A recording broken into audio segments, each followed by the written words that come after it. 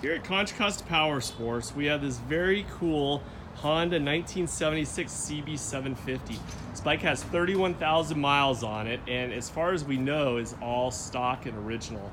It fires up right away. You'll see it's got an electric start, also has a kickstart. This is a super classic standard motorcycle that Honda made for many years. It's offered here at Contra Costa Powersports for $49.99. There's a little slight discoloration on the top of the tank, but it's not too bad. For being a 40-year-old bike, it's actually in really good condition.